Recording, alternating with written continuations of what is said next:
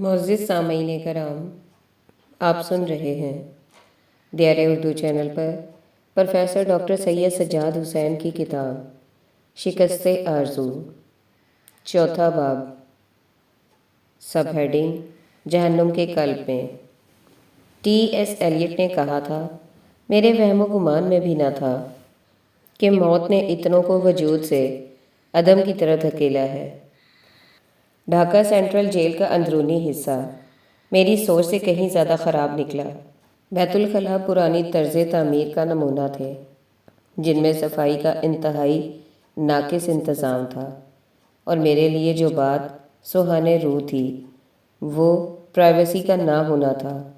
ہر شخص ہر وقت دوسروں کی نظروں میں تھا۔ مجھے ایک ایسے حصے میں رکھا گیا جسے 7 سیلز کہا جاتا تھا۔ جاننے والے میرے 4 تھے، ان میں سے تو 2 میرے یونیورسٹی ہی کے تھے۔ انہیں دیکھ کر ایک گہنا اطمینان ہوا۔ وہاں دوسروں کو ڈویژن 1 کے قیدی کا درجہ ملا ہوا تھا۔ مجھے بھی 5 دن بعد یہ درجہ مل سکا، وہ بھی جب میری بیوی نے وزارت داخلہ کو اس بارے میں خط لکھا۔ عام طور پر انسپکٹر جنرل جیل خانہ جات کو یہ طے کرنا ہوتا تھا کہ کس قیدی کو ڈویژن 1 میں رکھا جائے اور کسے ڈویژن 2 میں، مگر میرا معاملہ قدرے مختلف تھا، اس لیے کہ مجھ پر غداری کا الزام عائد تھا۔ چنانچہ ہم جیسوں کے مقدر کا فیصلہ حکومت نے اپنے ہاتھوں میں لے رکھا تھا۔ چند ایک خوش نصیب ہی ایسے تھے جنہیں ڈویژن 1 قیدی قرار دیا گیا تھا۔ معاشرتی حیثیت خواہ کچھ ہو، بیشتر قیدیوں کو چند دن سے چند ماہ تک عام قیدیوں کی حیثیت ہی سے جیل میں رہنا پڑتا تھا۔ میں اپنے آپ کو خوش نصیب سمجھتا ہوں کہ مجھے پہلے ہی دن سے عام قیدیوں کے ساتھ کھاتا کے بجائے ایک علیحدہ کمرے میں رکھا گیا۔ کھاتے میں پڑے ہوئے قیدی جیل کے بدترین ماحول کے شاہد تھے۔ ان کی زندگی شاید ہی حیوانات سے مختلف ہو۔ ان کا کھانا پینا، رفع حاجت سے فارغ ہونا، نہانا، کپڑے بدلنا، سب کچھ برسر عام ہوتا تھا۔ ان کی حیثیت بڑی حد تک قدیم عہد کے غلاموں کی سی تھی۔ جیل کے نگران کے احکام کے مطابق وہ بالٹیوں کے ذریعے ایک ایک کوٹھڑی تک پانی پہنچاتے تھے، سڑک صاف کرتے تھے، بیت الخلاء دھوتے تھے، باقی صفائی اور کاٹ چھانٹ کرتے تھے، لان کی گھاس بھی وہی کاٹتے تھے، اور خاردار جھاڑیوں کو الگ کرنا بھی انہی کے ذمے تھا۔ انہیں ذرا آرام ملتا تھا تو بس سوتے وقت۔ اگر دن میں کسی بھی وقت انہیں تساہل برتتے ہوئے دیکھا جاتا تھا تو سخت سزا دی جاتی تھی۔ ان میں کم ہی خوش نصیب تھے جو سخت سزاؤں سے بچتے ہوں گے۔ وارڈرز کو ڈنڈے برسانے میں جیسے کچھ لذت ملتی تھی۔ ان وارڈرز کا انتخاب معاشرے کی پست ترین طبقات سے کیا جاتا تھا، اور ان میں سے بیشتر نیم خواندہ تھے۔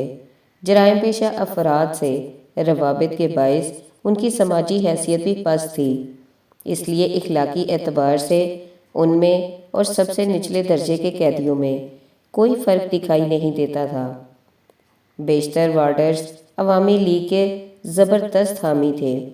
انہیں ذہنی طور پر تیار کر دیا گیا تھا، اس لیے جب خانہ جنگی ختم ہوئی اور بنگلہ دیش قائم ہوا تو سیاسی قیدی جیل پہنچے۔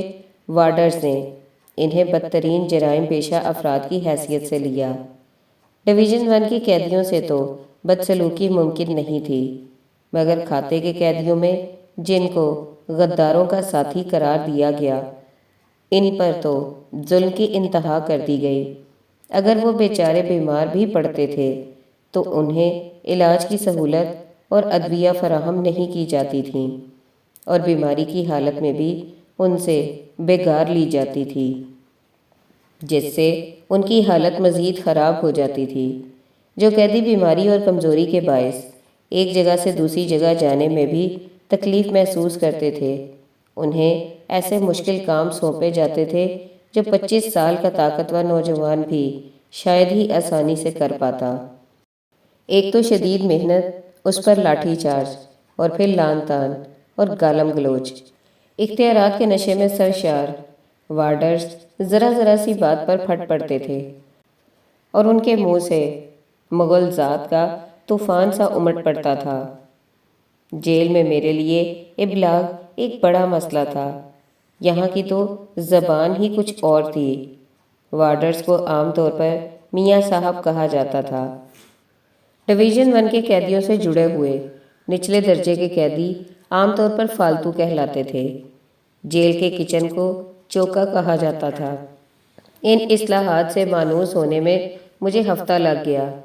ہر قیدی کو جیل آنے کے وقت کیس ٹیبل پر جانا پڑتا تھا۔ وہاں جیلر یا اس کا کوئی نائب قیدی کے کوائف درج کرتا تھا۔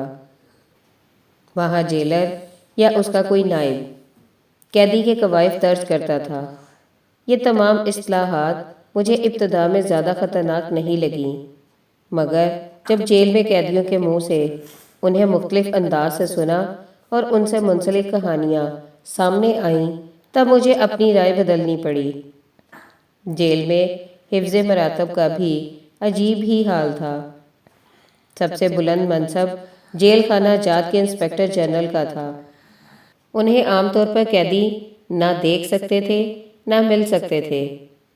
آئی جی جیل خانہ جات کا بنیادی کام نظم و نسق ہوتا ہے۔ ان سے نیچے deputy inspector general of prisoners ہوتے ہیں، جو روزانہ پوری جیل کا گشت لگاتے ہیں اور تمام امور پر براہ راست نظر رکھتے ہیں۔ جب میں جیل پہنچا تو ڈی آئی جی روزانہ صبح 9 سے 10 بجے کے درمیان گشت پر نکلتا تھا۔ پھر یہ گشت ہفتہ وار ہو گیا، یعنی وہ جمعے کے جمعے آنے لگا۔ اس کے گشت کا دن فائل ڈے کہلاتا تھا۔ ڈی آئی جی بھی بنیادی طور پر نظم و نسق ہی کا ذمہ دار ہوتا ہے اور دیگر معاملات میں براہ راست مداخلت سے گریز کرتا ہے۔ اس کے بعد جیلر کا نمبر آتا ہے، جو جیل میں مضبوط ترین شخصیت کہلاتا ہے۔ 1972 میں اس کی تنخواہ بمشکل 300 روپے ہوتی تھی۔ اس کا تقرر گزٹڈ افسر کی طرح نہیں کیا جاتا تھا، مگر جیل کی حدود میں اس کے اختیارات لامحدود ہوتے ہیں۔ قیدی اسے افریت سمجھ کر اس سے خوفزدہ رہتے ہیں اور اس کے ماتحت اسے دیوتا قرار دے کر اس کی پوجا کرتے ہیں۔ جیل کی حدود میں جو لفظ اس کے منہ سے نکل جائے وہ قانون کا درجہ رکھتا ہے۔ وہ جیل کے تمام امور کا نگران اور ذمہ دار ہوتا ہے۔ وہ قیدیوں پر نظر رکھتا ہے۔ اسی کی صوابدید کے مطابق کسی بھی قیدی کو قانونی طور پر حاصل کسی بھی سہولت سے مستفید ہونے سے روکا جا سکتا ہے۔ وہی ترقی اور تنزلی کا اختیار رکھتا ہے۔ جن کی وفاداری سے مطمئن ہو انہیں نوازتا ہے اور جنہیں راہ راست سے ہٹا ہوا تصور کرے انہیں سزا دیتا ہے۔ جیلر کی معاونت کے لیے نصف درجن ڈپٹی جیلرز ہوتے ہیں، جو اگرچہ اختیارات کے معاملے میں تو غیر معمولی حیثیت نہیں رکھتے، تاہم قیدیوں کو ہراساں کرنے میں وہ بھی کوئی کسر اٹھا نہیں رکھتے۔ جیلر اور ڈی آئی جی کے درمیان ایک اور افسر بھی ہوتا ہے، جو ڈپٹی سپرنٹینڈنٹ کہلاتا ہے۔ یہ افسر دراصل جیل کے تحت چلائی جانے والی فیکٹریوں اور ملوں کا نگران ہوتا ہے۔ ڈی آئی جی کی غیر موجودگی میں بھی یہ ان کی ڈیوٹی انجام دیتا ہے۔ اس کے بعد ڈپٹی جیلر اور صوبے دار کے درمیان اختیارات کی جنگ جاری رہتی ہے۔ دونوں کا اصرار ہوتا ہے کہ اس کی بات مانی جائے اور اسی کے حکم کے مطابق امور انجام دیے جائیں۔ صوبے دار کے لیے بس اتنا کافی ہے کہ وہ پڑھ سکتا ہو۔ خواندگی ہی اس کے لیے تعلیم یا اعلیٰ تعلیم ہے۔ جیل میں 2 یا 3 صوبے دار ہوتے ہیں۔ ان کے بعد ہیڈ وارڈرز ہوتے ہیں۔ انہیں عام طور پر جمعہ دار کہا جاتا تھا اور یہ جیل کی انتظامیہ کے اہم ترین ستونوں میں شمار کیے جاتے ہیں۔ یہ وارڈز کی نگرانی کرتے ہیں۔ یہ جیل انتظامیہ اور قیدیوں کے درمیان رابطے کا کردار ادا کرتے ہیں۔ جیل میں صفائی ستھرائی کے کام کی نگرانی بھی یہی لوگ کرتے ہیں اور 24 گھنٹے جیلر کی کال پر خدمت کے لیے تیار رہتے ہیں۔ انتظامی امور میں جیلیں عام اداروں سے بہت مختلف ہوتی ہیں۔ سورج کے طلوع ہونے سے غروب ہونے تک اس میں کام جاری رہتا ہے۔ ڈیوٹیاں تبدیل ہوتی رہتی ہیں، گارڈز تبدیل ہوتے ہیں، وارڈز کی ڈیوٹیاں بدلتی ہیں، قیدیوں کی گنتی کی جاتی ہے، رجسٹر میں حاضری لگائی جاتی ہے اور گھنٹیاں بجائی جاتی ہیں۔ ایک گنتی صبح 6 بجے ہوتی ہے اور دوسری شام 6 بجے۔ کسی بھی وارڈر کو گنتی سے قبل ڈیوٹی ختم کرنے اور جیل کی حدود سے نکلنے کی اجازت نہیں ہوتی۔ جیلرز اور ڈپٹی جیلرز کی جانب سے غیر اعلانیہ چیکنگ تمام متعلقہ افسران کو مستعد رکھتی ہیں۔ فرائض کی انجام دہی میں معمولی سی غفلت بھی معطلی یا برطرفی پر منتج ہوتی ہے۔ ملک کے دوسرے بہت سے اداروں کی طرح جیلیں بھی کرپشن کا گڑھ ہیں۔ نااہل لوگ جیلوں میں بھی تعینات ہیں، مگر میرے لیے یہ بات بہت اہم اور کسی حد تک اطمینان کا باعث تھی کہ ہیڈ وارڈز اور دیگر حکام اپنی ڈیوٹی پر نہ صرف بر وقت حاضر ہوتے تھے بلکہ ڈیوٹی دینے میں کوئی کوتاہی نہیں دکھاتے تھے۔ یہ سب کچھ مشینی انداز سے چلتا رہتا تھا۔ بظاہر یہ طاقت کے استعمال کا نتیجہ تھا۔ جن کی رات کی ڈیوٹی لگائی جاتی تھی بس وہی کبھی کبھی شکایت کرتے تھے۔ رات کی ڈیوٹی 9 سے صبح 3 بجے تک ہوتی تھی، مگر یہ لوگ بھی اپنی ڈیوٹی پر بلا ناغہ حاضر ہوتے تھے۔ انتظامیہ کی نظر میں شدید ترین غفلت شعاری اگر کوئی تھی تو وہ ان کا کبھی کبھی سو جانا تھا۔ اگر کوئی اپنی ڈیوٹی پر سوتا ہوا پایا جاتا تو اسے فوری سزا دی جاتی۔ یہ سزا کا خوف ہی تھا جس کے باعث تمام اہلکار اپنی ڈیوٹی عمدگی سے انجام دیتے ہوئے نظر آتے تھے۔ جس معاشرے میں وقت پر ڈیوٹی کے لیے حاضر ہونا ایک ناممکن سا امر لگتا ہے اور لوگ وقت پر آنے والوں کا مذاق اڑاتے ہوں، وہاں وارڈز کا وقت پر آنا ہر اعتبار سے قابل ستائش تھا۔ جیلر نرمل رائے اپنی عمر کی چوتھی دہائی کے اواخر یا 5ویں دہائی کے اوائل میں تھا۔ وہ بہت ہینڈسم اور اچھی وضع قطع کا انسان تھا۔ اس نے بتایا کہ ڈھاکہ سینٹرل جیل میں وہ مختلف حیثیتوں میں 14 سال سے خدمات انجام دے رہا ہے۔ اسے اچھی طرح معلوم تھا کہ جیل کی حدود میں افسران اور قیدی اپنے فرائض سے بچنے اور پکڑے جانے کی صورت میں سزا سے گلو خلاصی کے لیے کیا کیا ہتھ کنڈے اختیار کرتے ہیں۔ ایک بات ضرور تھی کہ غداروں کے لیے شدید نفرت نرمل رائے نے اپنے اچھے اتوار کے دبیز پردوں میں چھپا رکھی تھی۔ بس تو ایک مرتبہ اس کی زبان لڑکھڑائی۔ ایک بار ڈی آئی جی کو جیل کا دورہ کراتے وقت نرمل رائے نے ڈاکٹر حسن زماں کو بہت سے لوگوں کا قاتل قرار دے کر تفصیل بیان کرنے کی ابتدا کی اور پھر خود ڈاکٹر حسن زماں کی سرزنش پر خاموش ہوا۔ ایسے اکا دکا واقعات ہی ہم تک پہنچتے رہتے تھے۔ نرمل رائے مجموعی طور پر اس بات کو دل ہی میں چھپا کر رکھتا تھا کہ اس کی نظر میں پاکستانی فورسز اور اسٹیبلشمنٹ سے تعاون کرنے والے تمام افراد کیڑے مکوڑوں سے زیادہ حیثیت نہیں رکھتے۔ پاکستانی حکومت اور فوج سے تعاون کرنے والوں سے اپنی نفرت کے اظہار کے معاملے میں جیل کا دیگر سٹاف خاصا لاپرواہ تھا۔ جیل کے ہسپتال سے منسلک ڈاکٹرز نفرت کے اظہار میں بخل سے کام نہیں لیتے تھے۔ کیپٹن سمد خاص طور پر مخاصمانہ رویہ رکھتا تھا۔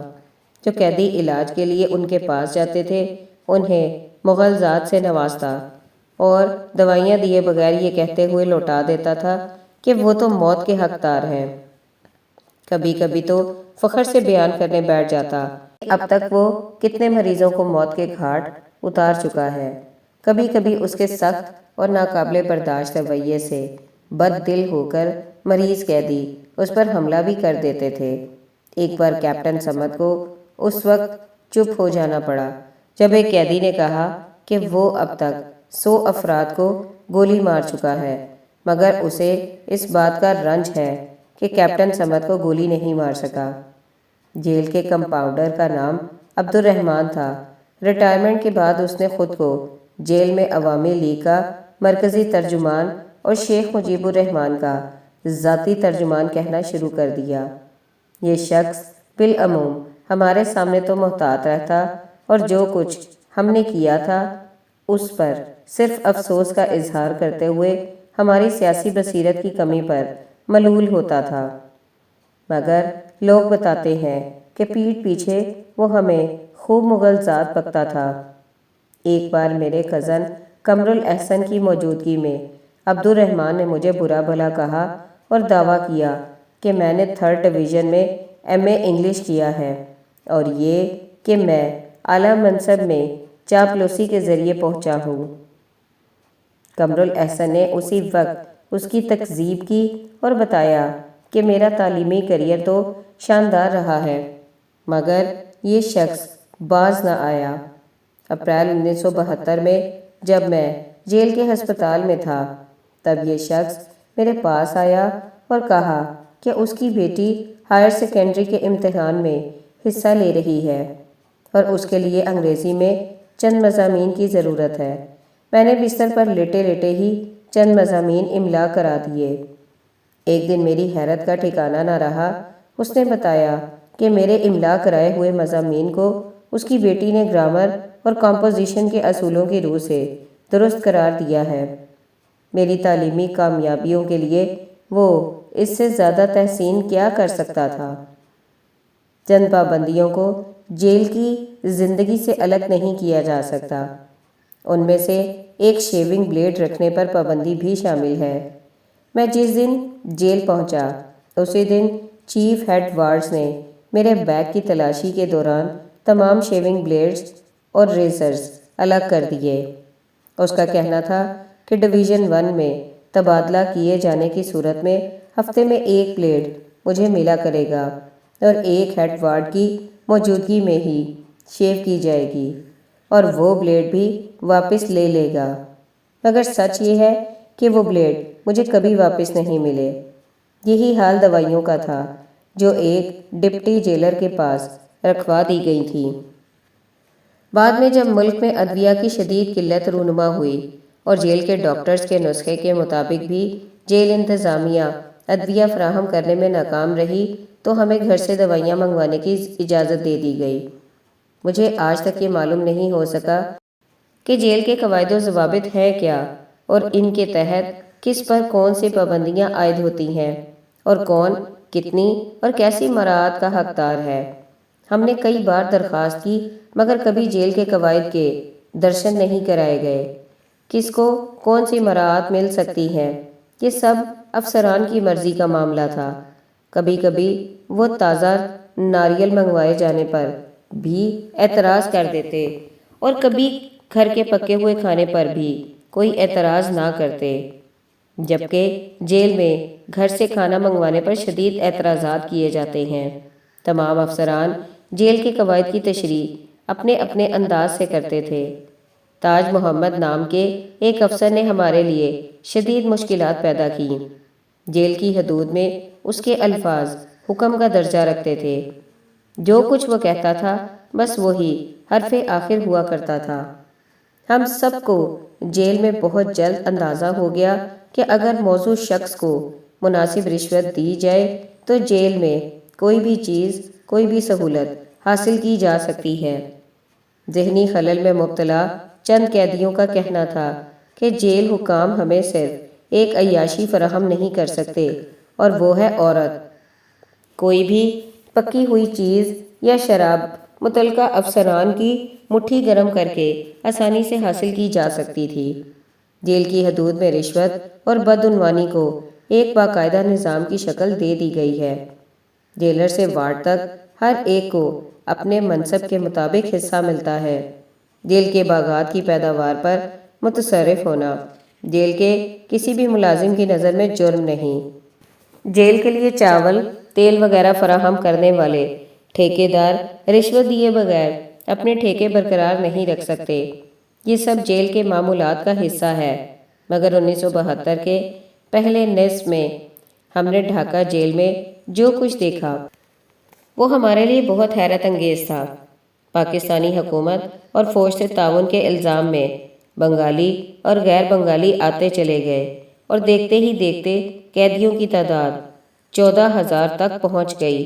جیل کے عملے کے لیے تو یہ سب ایسی بن مانگی نعمت کی طرح تھا جسے خوب پھلنے پھولنے کا موقع مل گیا ہو۔ ڈھاکہ سینٹرل جیل میں 1,966 قیدیوں کی گنجائش تھی۔ 16 دسمبر 1971 کو پاکستانی فوج کے ہتھیار ڈالنے کے بعد اسی دن مکتی باہنی والوں نے جیل پر دھاوا بول دیا اور جیلر سے تمام دروازے کھلوا کر قیدیوں کو رہا کرا دیا۔ چند ایک مخبوط الحواس قیدیوں کے سوا تمام چور، لٹیرے اور قاتل جیل سے بھگا دیے گئے اور دیکھتے ہی دیکھتے ڈھاکہ جیل میں قیدیوں کی تعداد 0 ہو گئی۔